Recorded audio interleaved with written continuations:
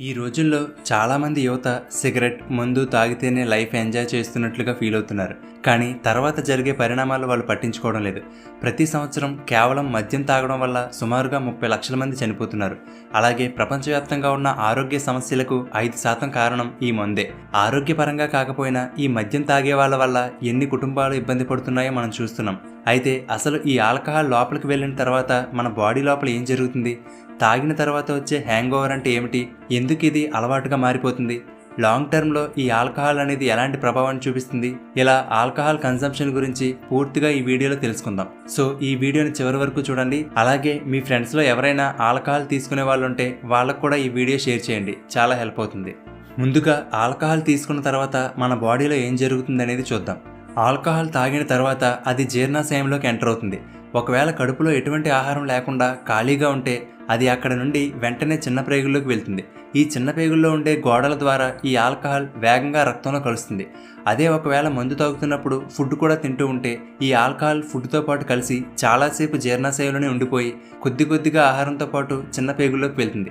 దీనివల్ల ఆల్కహాల్ చాలా స్లోగా రక్తంలో కలుస్తుంది. అయితే ఈ ఆల్కహాల్ని జీర్ణాశయం కానీ చిన్న ప్రేగులు కానీ మెటబాలైజ్ చేయలేవు, అంటే అరిగించలేవు. కాబట్టి చిన్న ప్రేగుల వద్ద డైరెక్ట్గా ఈ ఆల్కహాల్ రక్తంలో కలిసిపోయి అక్కడ నుండి మన బాడీలోని అన్ని పార్ట్స్కి చేరుకుంటుంది. ముందుగా ముఖ్యమైన భాగాలైనటువంటి లివర్ అండ్ బ్రెయిన్కి చేరుకుంటుంది. మనం ఏదైనా ఆహారం తిన్న తర్వాత మన జీర్ణాశయంలో జీర్ణమయ్యి ఆ పోషకాలు రక్తంలో కలుస్తాయి. అక్కడ నుండి అవి లివర్కి చేరుకుంటాయి. అప్పుడు లివర్లో ఉండే ఎంజైమ్స్ ఈ న్యూట్రియంట్స్ని బ్రేక్ డౌన్ చేసి ఏవైనా టాక్సిన్స్ ఉంటే వాటిని ప్రాసెస్ చేసి టాక్సిన్స్ని బయటికి పంపిస్తుంది. అలాగే మనం తీసుకున్న ఆల్కహాల్ కూడా రక్తం ద్వారా లివర్కి చేరుకుంటుంది. అప్పుడు లివర్లోని ఎంజైమ్స్ ఆల్కహాల్ మాలిక్యూల్స్ని బ్రేక్ చేస్తాయి. ముందుగా ఏడిహెచ్ అనే ఎంజైమ్ ఆల్కహాల్ని అసిడాల్డహైడ్గా మార్చుతుంది. ఇది ఒక రకమైన టాక్సిన్, అంటే విష పదార్థం. ఇది ఆల్కహాల్ కన్నా 10 నుండి 30 రెట్లు ఎక్కువ విషపూరితమైనది, ప్రమాదకరమైనది. దీనివల్ల తలనొప్పి, వాంతులు వంటివి వస్తాయి. అయితే దీని తర్వాత ఏఎల్డిహెచ్ అనే మరొక ఎంజైమ్ వచ్చి ఈ టాక్సిక్ అసిడాల్డిహైడ్ని నాన్ టాక్సిక్, అంటే విషపూరితం కాని అసిటేట్గా మార్చుతుంది. ఈ విధంగా లివర్ మన బ్లడ్ నుండి ఆల్కహాల్ని రిమూవ్ చేస్తుంది. అయితే మన లివర్ సుమారుగా గంటకి 15 మిల్లీలీటర్ల ఆల్కహాల్ని మాత్రమే ప్రాసెస్ చేయగలదు.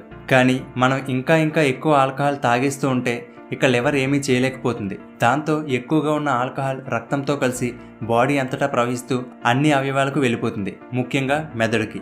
ఈ ఆల్కహాల్లో ప్రమాదకరమైనది, అలాగే ఎడిక్ట్ అయ్యేలా చేసేది ఎథనాల్. ఇది బ్రెయిన్లో న్యూరో ట్రాన్స్మిటర్స్ మీద ఎఫెక్ట్ చూపిస్తుంది. ఇవి మన ఆలోచనలను, బిహేవియర్ని కంట్రోల్ చేస్తూ ఉంటాయి. ఈ ఎథనాల్ మన మెదడులోని న్యూరాన్ల మధ్య కమ్యూనికేషన్ని స్లో చేయడం లేదా బ్లాక్ చేయడం చేస్తుంది. అందుకే మందు తాగిన వాళ్ళకి సరిగ్గా ఏమీ గుర్తుండదు, మాటలు సరిగ్గా రావు, వాళ్ళ బిహేవియర్ కానీ వాళ్ళ మూమెంట్స్ కానీ సరిగ్గా ఉండవు. అలాగే ఈ ఆల్కహాల్లో ఉండే ఎథనాల్ అనేది మన బ్రెయిన్లో డొపమైన్ అనే హార్మోన్ని రిలీజ్ అయ్యేలా చేస్తుంది. ఈ డొపమైన్ ఆనందాన్ని, ఒక మంచి ఫీలింగ్ని కలిగిస్తుంది. అందుకే మళ్ళీ మందు తాగాలనిపిస్తుంది. మెల్లగా అది అలవాటుగా మారిపోతుంది.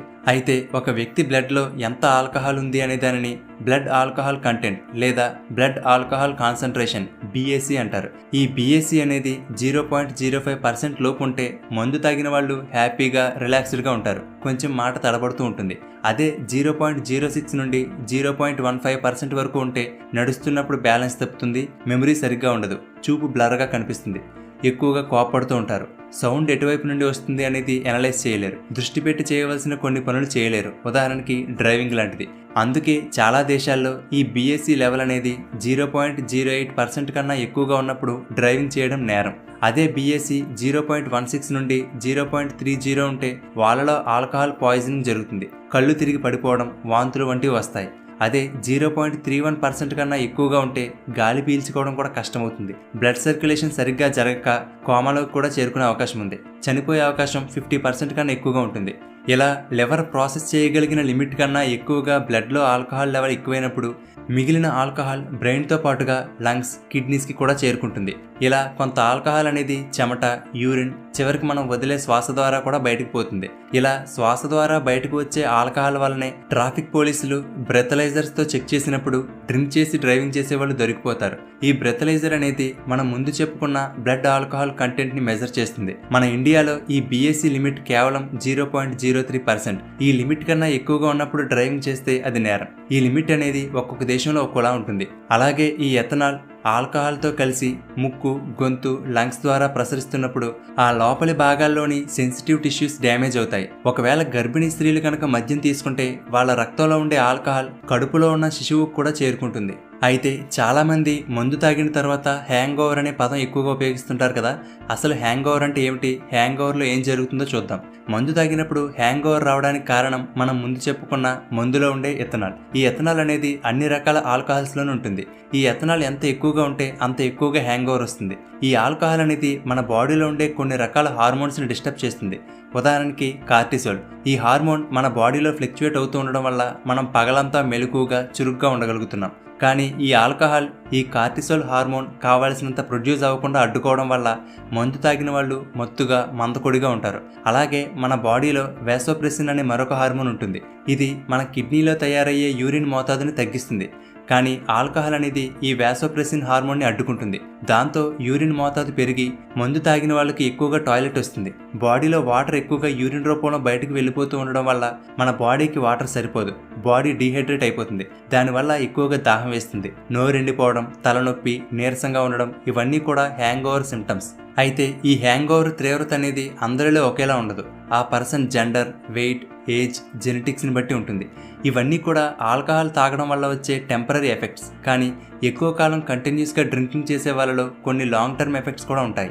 మందు తాగడం వల్ల పాడైపోయే ముఖ్యమైన భాగం లివర్. ఎందుకంటే మనం ముందు చెప్పుకున్నాం కదా, రక్తంలో ఉన్న ఆల్కహాల్ని లివర్లో ఉండే ఎంజైమ్స్ విచ్ఛిన్నం చేస్తాయని. ఆ క్రమంలో అసిడాల్డిహైడ్ అనే విష పదార్థం విడుదలవుతుందని చెప్పుకున్నాం. చాలా కాలం పాటు ఆల్కహాల్ తీసుకోవడం వల్ల క్రియేట్ అయిన ఈ విష పదార్థం వల్ల ముందు లివర్ చెడిపోతుంది. ఇలా లివర్ మళ్ళీ రివర్స్ కూడా అవ్వాలనేంత డ్యామేజ్ అవుతుంది. లివర్ ఫంక్షన్ తగ్గిపోతుంది. ఇలా డ్రింకింగ్ కేవలం లివర్ని మాత్రమే కాదు, దాదాపు ప్రతి ఆర్గాన్ని ఇంపాక్ట్ చేస్తుంది. ఎక్కువగా ఆల్కహాల్ తాగితే లివర్ క్యాన్సర్తో పాటు కోలన్ క్యాన్సర్ రావడానికి అవకాశం ఉంది. ఈ ఆల్కహాలిక్ డ్రింక్స్లో ఎక్కువగా క్యాలరీస్ అండ్ కార్బోహైడ్రేట్స్ ఉండడం వల్ల ఎక్కువ ఆల్కహాల్ తీసుకుంటే బరువు పెరుగుతారు.